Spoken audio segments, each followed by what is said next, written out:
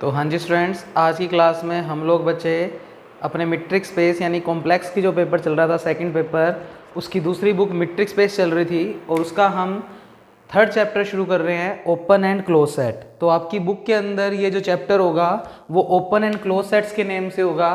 और बच्चे ये चल हमारा अभी भी यूनिट सेकेंड ही रहा है और इसकी मिक्सिंग थर्ड यूनिट में भी होती है। तो बच्चे जो टोटल आपकी कॉम्प्लेक्स की बुक है उसके अंदर मीट्रिक स्पेस में 3 यूनिट्स हैं, जिसमें से रियल नंबर सिस्टम पहला यूनिट, दूसरे यूनिट में मीट्रिक स्पेस का चैप्टर हम कर चुके हैं और साथ में कर रहे हैं बच्चे ओपन एंड क्लोज सेट। और यही वाला चैप्टर जो है वो थर्ड यूनिट में भी मिक्स होता है और साथ में आएगा बच्चे कंटिन्यूस फंक्शन। और 2 यूनिट आप कॉम्प्लेक्स में कर चुके हो, तो इस तरीके से आपके 5 यूनिट कंप्लीट होंगे इसमें। तो बच्चे चैप्टर का नाम है open and close set. Hindi में इसको संवृत और विवृत बोलते हैं बच्चे, तो हिंदी में ना ही पढ़े इस चैप्टर को तो ज़्यादा बेटर है। तो बच्चे चैप्टर का नाम है ओपन एंड क्लोज सेट। तो ये आपके पेपर सेकंड का सेकंड यूनिट भी है और थर्ड यूनिट भी, दोनों मिक्स आते हैं बच्चे। तो इसको हम करते हैं। तो बच्चे सबसे पहले इस चैप्टर को स्टार्ट करने से पहले आप लोग मीट्रिक स्पेस को जरूर पढ़ लें। और मीट्रिक स्पेस में बस ज़्यादा नहीं, आपको सिर्फ 4 प्रॉपर्टी याद होनी चाहिए कि कौन सी 4 प्रॉपर्टी प्रूव करने पर कोई चीज़ मीट्रिक स्पेस बन जाती है। उसके बाद बच्चे इस चैप्टर को मैं जिस लैंग्वेज में पढ़ा रहा हूँ आप लोग भी उसी लैंग्वेज में इसको याद करोगे, तब तो ये बहुत ईजी काम लगेगा। पर अगर इसको आप अपनी तरीके से पढ़ने लग जाओगे तो फिर डिफिकल्ट लगेगा बच्चे। तो इस चैप्टर को शुरुआत कर रहे हैं बच्चे। चैप्टर का नेम है ओपन एंड क्लोज सेट। सबसे पहले हम डेफिनेशन पढ़ रहे हैं ओपन स्फीयर। तो पहले मैं आपके लिए डेफिनेशन लिखता हूं, फिर मैं इसको समझाता हूं। और जिस लैंग्वेज में मैं समझाऊंगा आपको हमेशा उसी लैंग्वेज में इसको याद रखना है। और जो बच्चे एमएससी मैथमेटिक्स में करना चाहते हैं वो इस चैप्टर को बड़े ध्यान से सुनना बच्चे और अच्छे से पढ़ना। तो बच्चे ओपन स्फीयर की सबसे पहले हम डेफिनेशन लिख रहे हैं। तो इसकी डेफिनेशन में और इस पूरे चैप्टर में एक लाइन तो हमेशा लिखेंगे ही लिखेंगे कि x, d कोई मीट्रिक स्पेस है। तो let x, d is a metric space. यानी हर डेफिनेशन में ये चीज तो गिवन ही है कि x, d मीट्रिक स्पेस है। इसका मतलब d x के ऊपर चारों प्रॉपर्टी क्या कर रहा है, सेटिस्फाई कर रहा है। फिर आप लिखेंगे then s x0, r is called open sphere, is called open sphere where s x0, r is equal to curly braces। बच्चे करली ब्रेसेस में लिखोगे कैपिटल X के वो सभी एलिमेंट इसका हिस्सा होंगे जिनकी सेंटर से दूरी रेडियस से कम होगी, जहां पर रेडियस की वैल्यू 0 से बड़ी होनी चाहिए।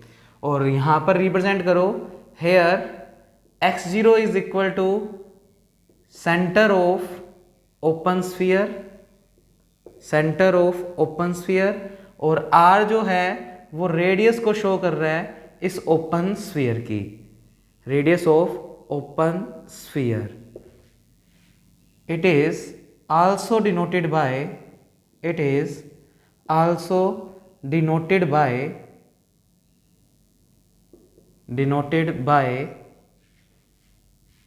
SR x0 या फिर S x0, R। तो बच्चे अब समझते हैं इस डेफिनेशन को, बड़े आराम से सुनना, क्योंकि जिनको ये डेफिनेशन याद हो गई उसको इस चैप्टर में आगे दिक्कत नहीं आएगी। और जो आगे वाला यूनिट है बच्चे, इसका यूनिट नंबर 3 कंटिन्यूस फंक्शन, उनमें भी इन टर्म्स का यूज होगा। तो आपको जिस लैंग्वेज में मैं याद करवाऊंगा आपको उस लैंग्वेज में इसको याद करना है। तो सबसे पहले ओपन स्फीयर कहते किसको हैं, कोई चीज ओपन स्फीयर कब बनेगी, तो उसके लिए सबसे पहले x, d क्या होना चाहिए, मीट्रिक स्पेस होना चाहिए। फिर आप s का मतलब बच्चे स्फीयर, s किसको शो कर रहा है, स्फीयर। स्फीयर को हिंदी में बोलते हैं गोलक। तो बच्चे अपने को हिंदी में नहीं पढ़ना इस चैप्टर को क्योंकि काफी डिफिकल्ट टर्म्स आ जाएंगी फिर।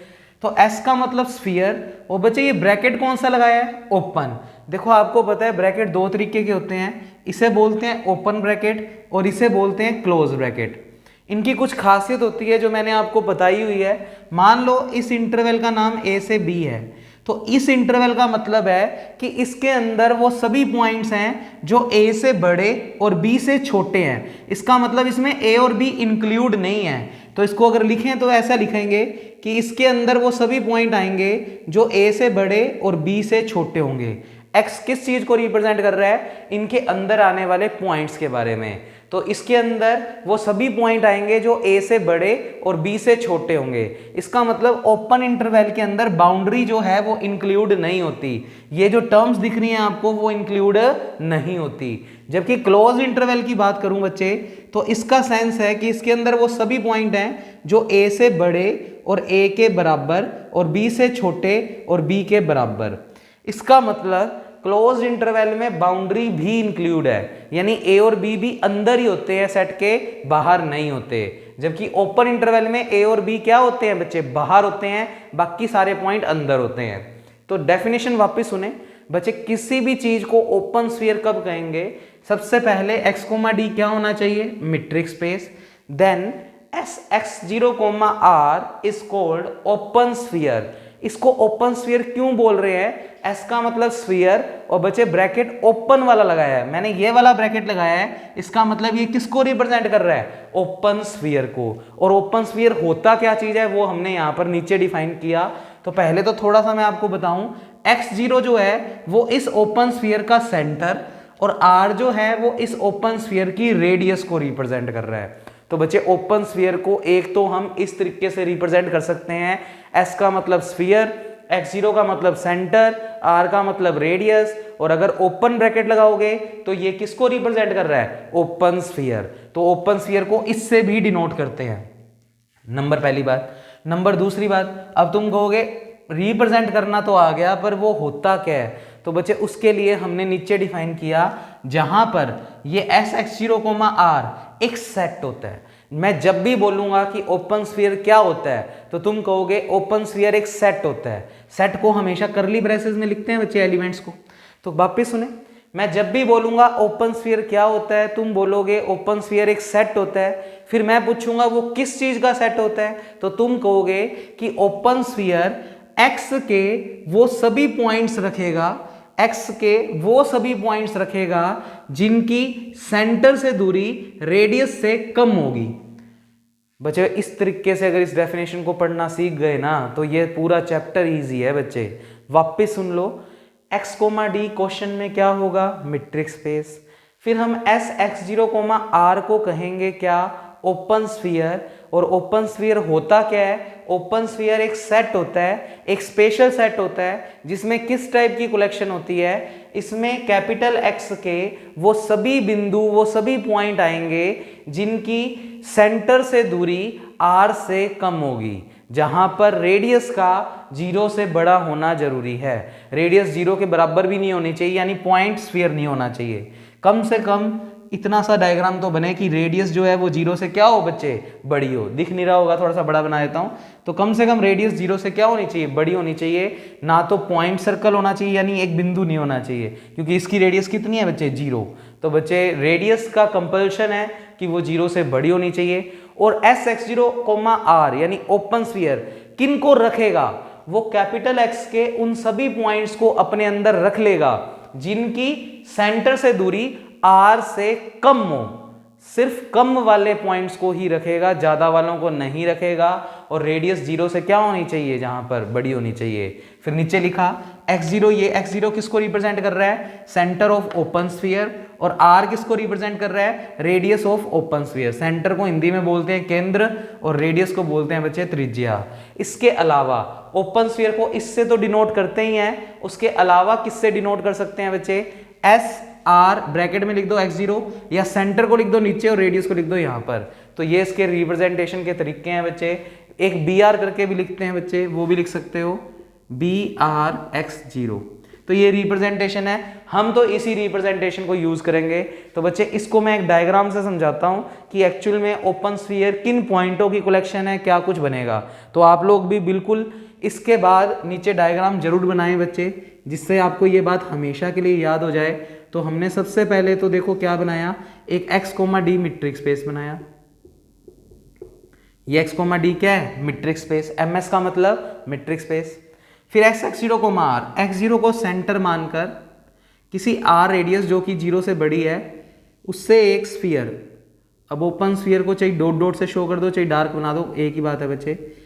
डॉट डॉट करके शो करने का मतलब बाउंड्री इंक्लूड नहीं है, ये बाउंड्री इंक्लूड नहीं है, क्योंकि ओपन स्फीयर के अंदर, ओपन ब्रैकेट के अंदर बाउंड्रीज वाले एलिमेंट नहीं आते।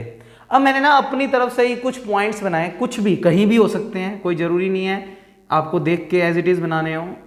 x1 x2 x3 ये बाउंड्रियों पर बना दिए कुछ पॉइंट्स, x4 x5 कुछ बाहर भी बना दिए, x6 बहुत सारे पॉइंट्स होंगे, x7 x8 ये लो। तो इतना इनफ है डायग्राम बात को समझने के लिए। अब सुने, ओपन स्फीयर एक सेट होता है। किस चीज का सेट होता है? x के उन पॉइंट्स का जिनकी सेंटर से दूरी रेडियस से कम हो। तो बच्चे तुम मुझे डायग्राम में देखकर सोच के बताओ कि इनमें से कौन कौन से ऐसे पॉइंट है जिनकी सेंटर से दूरी रेडियस से कम है। तो बच्चे ये रहा सेंटर पॉइंट, थोड़ा सा सेंटर को बिल्कुल साइड सही में लिख देते हैं x0, ये लो, ये सेंटर को रिप्रेजेंट कर रहा है। ऐसे कौन कौन से कैपिटल X में पॉइंट है? देखो कैपिटल X में तो ये सारे पॉइंट है, उनमें से ओपन स्फीयर में सिर्फ वही पॉइंट आएंगे जिनकी सेंटर से दूरी रेडियस से कम हो। तो देखो कौन कौन से पॉइंट इस डायग्राम में दिख रहे हैं जिनकी सेंटर से दूरी r से कम है। बच्चे x2 की, ये x2 है,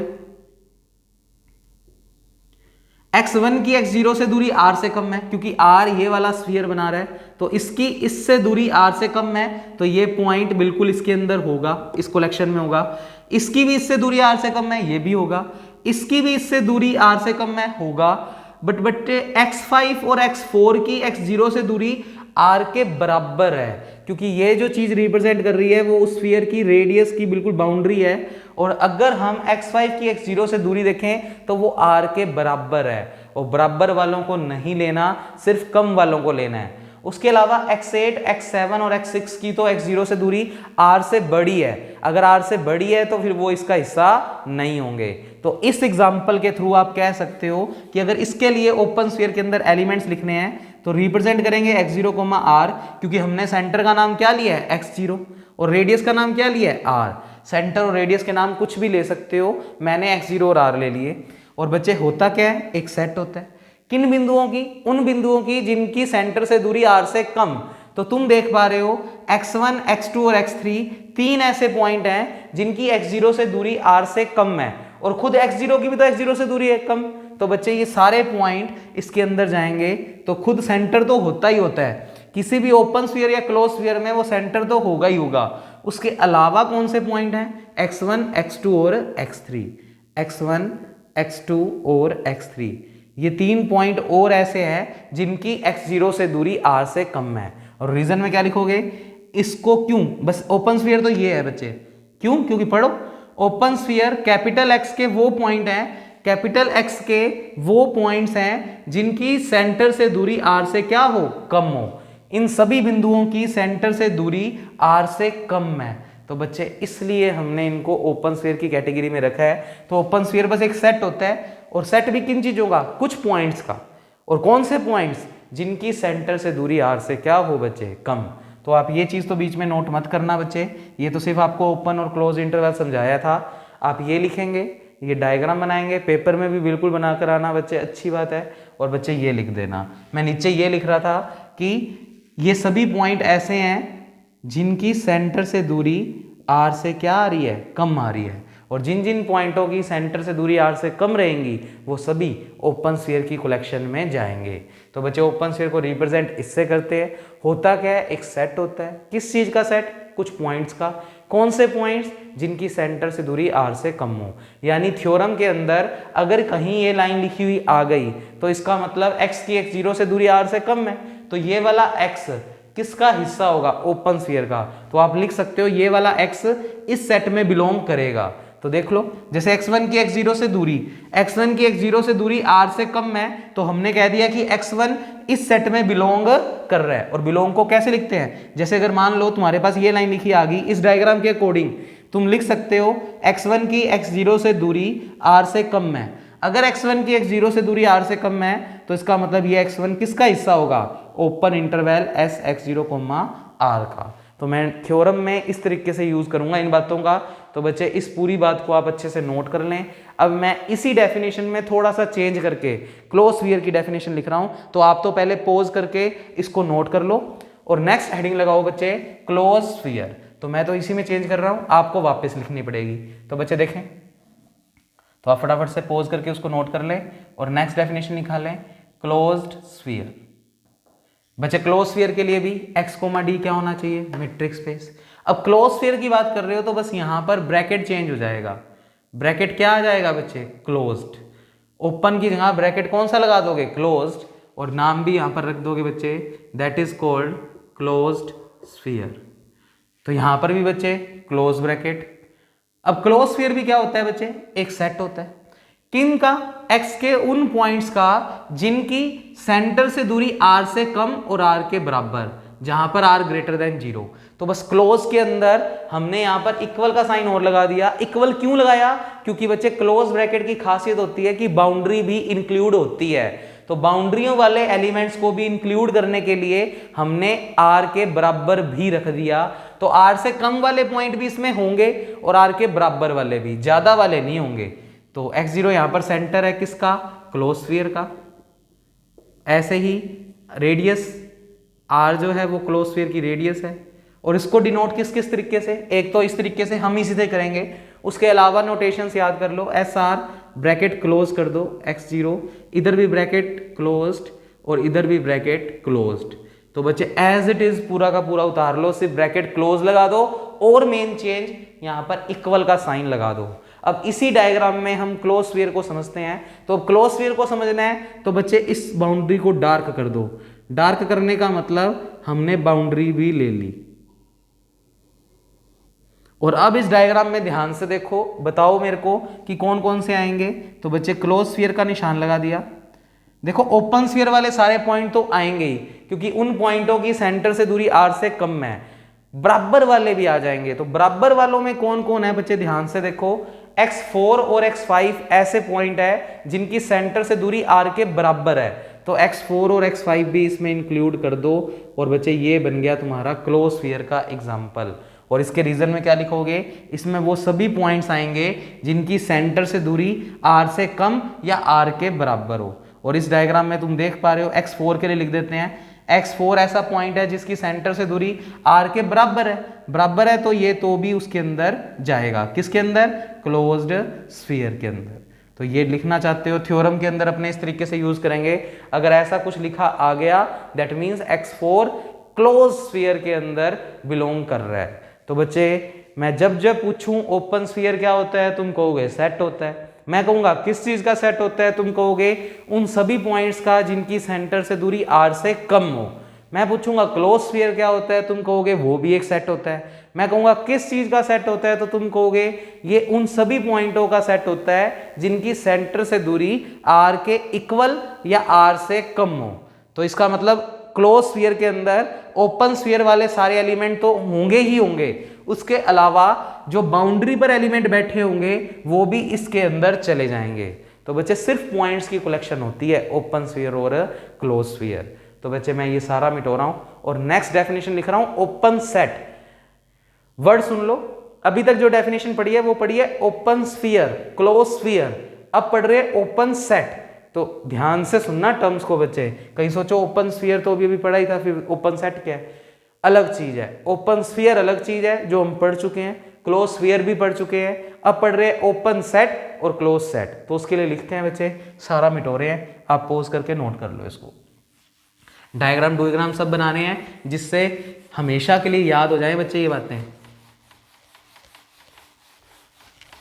और मेरे को लगता है कि कोशिश की है कि आपको ये बातें समझ में आ गई होंगी। ये चैप्टर बच्चे बुक के अंदर देखोगे तो बड़ा अजीब सा लगेगा, डरावना सा लगेगा आपको, पर अगर इसकी वीडियोस आप अच्छे से देख लें और साथ साथ ये नहीं कि आज जो काम हुआ है वो तो याद हो गया और उसको फिर रिवाइज ही ना करो।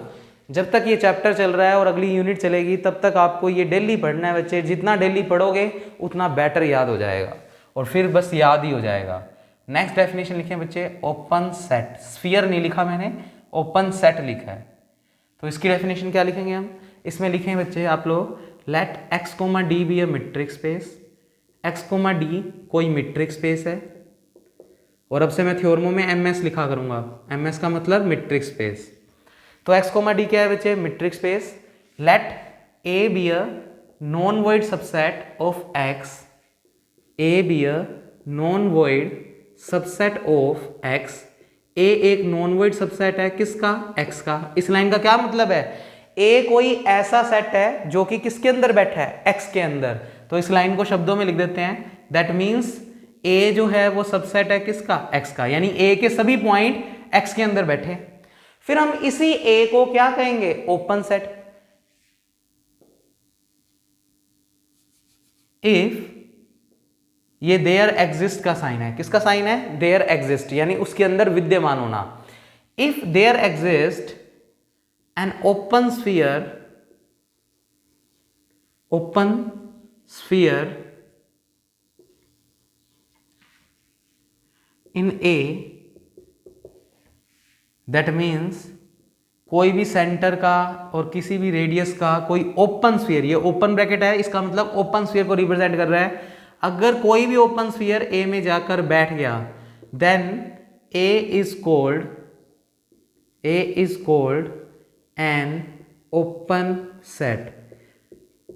डरने की बिल्कुल ज़रूरत नहीं है बच्चे, जिस लैंग्वेज में इसको याद करवाएंगे बस वो लैंग्वेज याद कर लेना। मैंने हिंदी में अभी ओपन स्फीयर और क्लोज स्फीयर बोला था, आप लोग लिख लेना कि वो एक सेट होता है, उन पॉइंट्स का सेट होता है जिनकी सेंटर से दूरी r से कम है तो ओपन स्फीयर, r से कम और बराबर है तो क्लोज स्फीयर। ठीक है बच्चे, नेक्स्ट डेफिनेशन पढ़ रहे हैं हम ओपन सेट। उसके लिए भी एक लाइन तो हमेशा लिखनी ही है।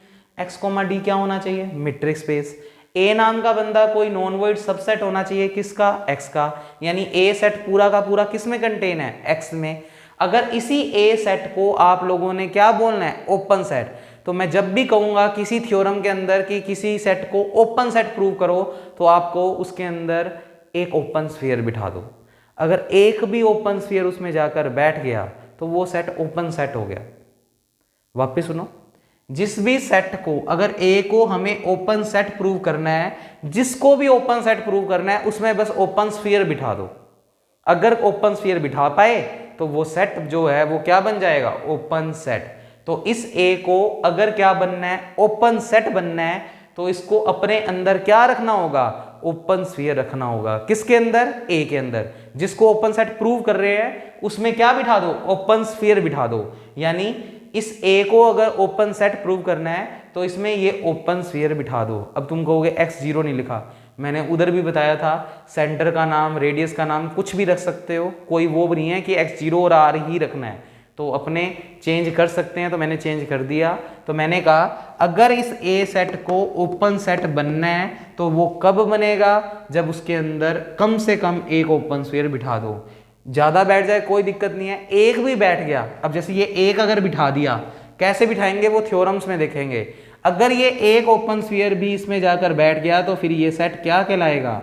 ओपन सेट कहलाएगा।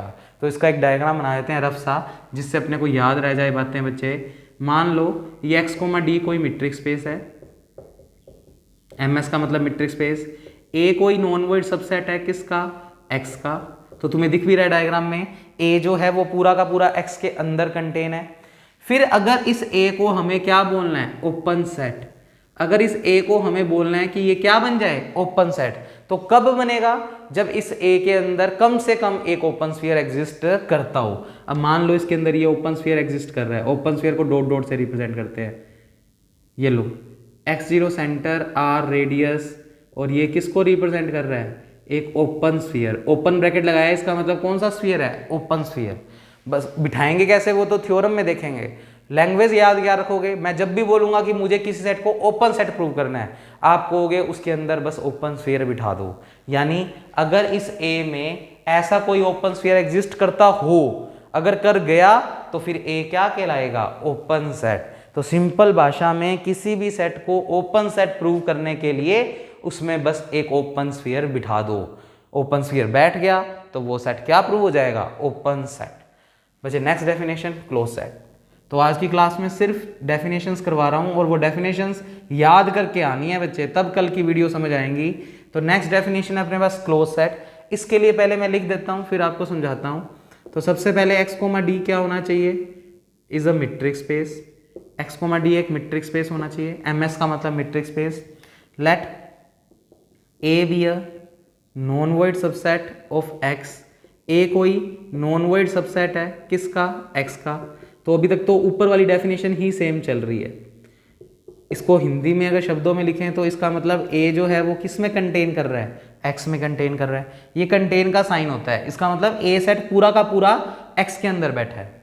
फिर हम क्या कहेंगे, if A dash is an open set.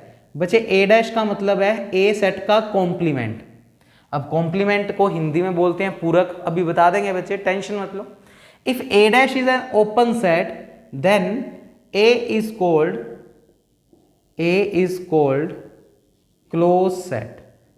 अब सुनो बच्चे, मैं जब भी कहूंगा कि मुझे क्वेश्चन में किसी सेट को क्लोज प्रूव करना है, अगर मुझे ए को क्लोज प्रूव करना है तो मुझे ए के कॉम्प्लीमेंट यानी ए डैश को क्या प्रूव करना पड़ेगा, ओपन सेट। और बच्चे किसी भी चीज को ओपन सेट प्रूव करने के लिए उसमें क्या बिठाते हैं, ओपन स्फीयर।